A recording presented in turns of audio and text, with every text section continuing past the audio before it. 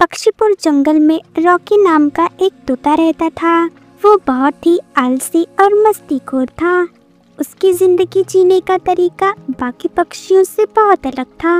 बेवकूफ पक्षी रोजाना घंटों मेहनत करके खाना ढूंढ पाते हैं, फिर खुद इतनी मेहनत करके उसको घर लाते हैं, तब उन्हें कहीं जाके खाना नसीब होता है। लेकिन मेरी तो बात ही अलग है। रॉकी पेड़ पर बैठकर ऐसे ही खुद से बातें कर रहा था। तभी स्वीटी चिड़िया अपने लिए भोजन लेकर अपने घोंसले की तरफ जा रही थी। स्वीटी को देखकर रॉकी उसके पीछे जाता है। अरे स्वीटी, आज तुम्हें आने में इतनी देर कैसे लग गई? मैं कब से तुम्हारी राह देख रहा था। तुम मेरा इंतजार क्यों कर रहे थे? जरूर तुम मेरा खाना चुराना चाहते होगे। नहीं स्वीटी, वो बात नहीं है। अभी तुम्हारा भाई रोते हुए घोंसले के पास आया था और वो बहुत रो रहा था। आप ये क्या कह रहे हो रॉकी भैया? मैं सच कह रहा हूँ। आपने उससे पूछा नहीं कि वो क्यों रो रहा था? स्वीटी, मैंने बहुत कोशिश की, तब उसने बताया कि तुम्हारी मम्मी को शिकारी पक्षियों ने घायल कर दिया है और वो अपनी आखिरी सांसें ले रही हैं। क्या कहा तुमने? मेरी माँ आखिरी सांसें गिन रही है? ये सुनकर स्वीटी को एक झटका सा लगता है। वो अपनी आंखों में आंसू लिए वहाँ से अपनी माँ के घर चली जाती है। हा, इसे कहते हैं बिना मेहनत किए खाने का इंतजाम करना। ये कहकर वो स्वीटी का लाया हुआ भोजन बड़े मजे से खाने लगता है। वाह, मजा आ गया। अगर मेहनत करके खाता तो इतना मजा बिल्कुल नहीं आता। चलो, खाना तो हो गया, अब थोड़ी देर मस्ती कर लेता हूँ। ये कहकर वो जंगल में घूमने के लिए निकल पड़ता है।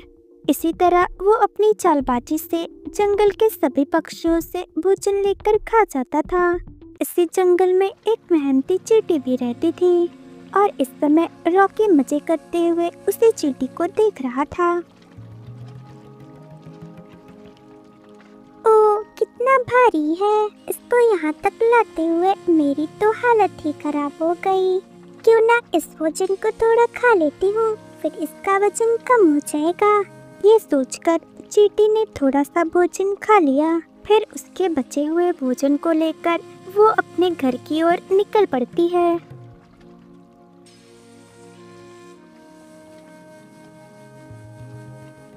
तभी रॉकी तोता चींटी के पास जाता है। अरे ओ चींटी बहन, ये क्या कर रही हो तुम?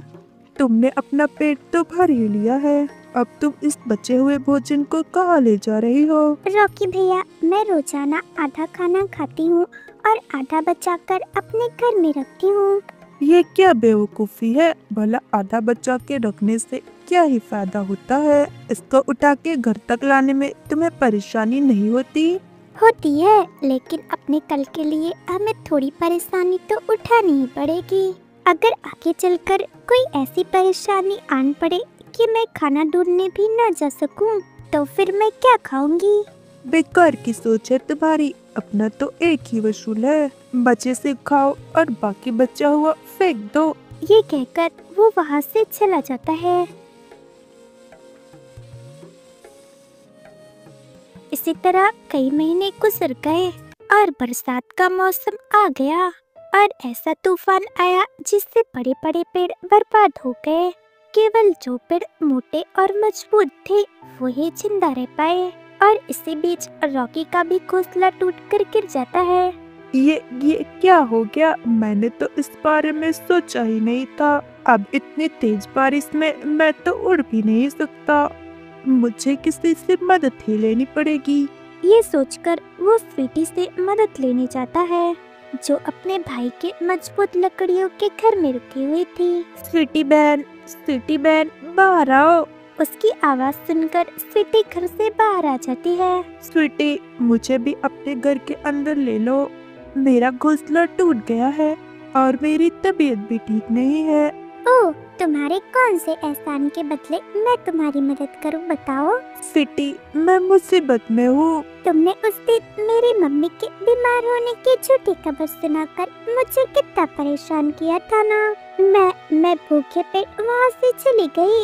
अब तुमको समझ आएगा कि भूखे पेट मुसीबत का सामना करना और मेहनत करके खाना खाना कितना मुश्किल होता है। ऐसा कहकर स्वीटी चिड़िया घर के अंदर चली जाती है। अब रॉकी को अपनी गलती का एहसास हो रहा था।